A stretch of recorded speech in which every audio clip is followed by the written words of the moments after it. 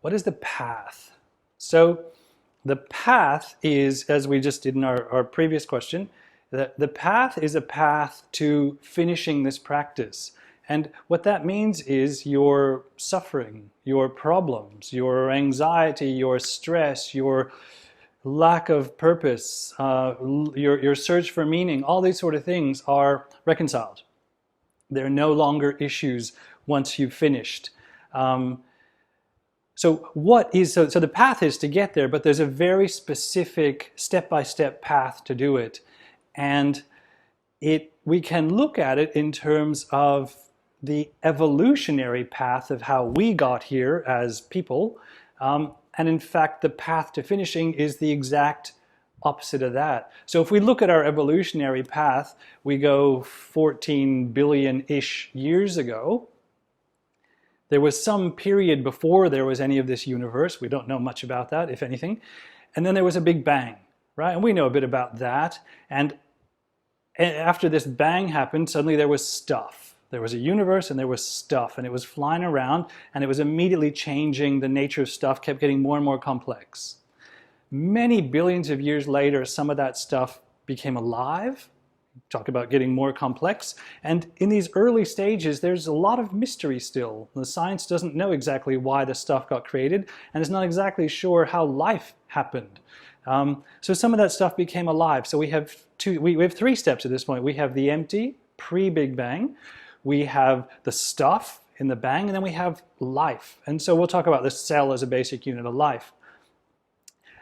Keeps getting more complex, more complex. Those cells, some of them clump together, form little organisms, and eventually we get to the point, we jump a whole bunch of millions of years still again, and we find animals. And now we get to a brain. And we use a simple little brain model, and we talk about a brain stem, which is your reptile brain, and then we get a little bit more complex. We talk about your limbic system, which is your mammal brain. So this is the path of evolution, right? We talk about your primate brain, your thinking brain, and we talk about your human brain, your prefrontal cortex. And so this is our whole evolutionary path from the empty stuff, cells, reptiles, mammals, primates, humans.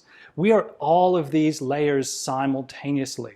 As I sit here right now, I have all of these layers happening, and they all have their various ways of being and their intelligences. So, back to the question. The path of mindfulness is the path of evolution in reverse. So when you start out practicing mindfulness, you start with this human brain where you have to develop presence. Somebody has to get in the driver's seat up here to be in control. And this brain right here, this human one right about here, is the only part of you that can be in control. Everything else works almost algorithmically. It has a program that it follows, and it just does that. Like what animals do, like what physical matter does. But this brain is different. It has veto power, and it can have choice. Your first step is here. Your second step then is to use that presence and develop some focus so you can start to do what you want to do. You need to sustain your presence, that's focus. You use that focus to get under here and get rid of that emotional reactivity so you finally have some calm and some balance so you can do subtler, deeper work. You look down here in your body and you find all kinds of, at first you find all kinds of historical tension, trauma that you have to get rid of. Once you get rid of that, you have this free-flowing energy, you have intuition, and now the whole brain is working well.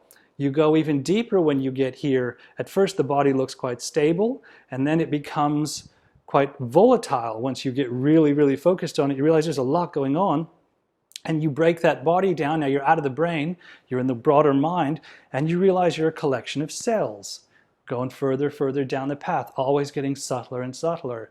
And you come to understand yourself as this collection of cells, and you look even deeper and deeper, and you realize these cells are made of matter. You come to understand yourself as this collection of matter, and you stay there long enough, and you realize that at the very core essence of this matter is empty. And so you've gone step by step back down that evolutionary path, and you've brought the most recent top human awareness bit right back down to the empty, and everything in between is now known and seen, understood, and very importantly, decoupled from. As you go through each layer, oh, I have these thoughts, I can use these thoughts, but I am not these thoughts.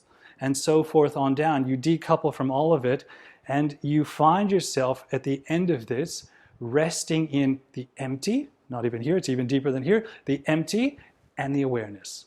These two share something, and all the rest of the stuff in between is just glitter, going this way, going that way, and you can enjoy it, you can use it. When it gets a bit problematic, it's not that problematic for you. That is the path. The path is to know yourself through all these stages as you were built. And when you get to know yourself at the very bottom, that's finished.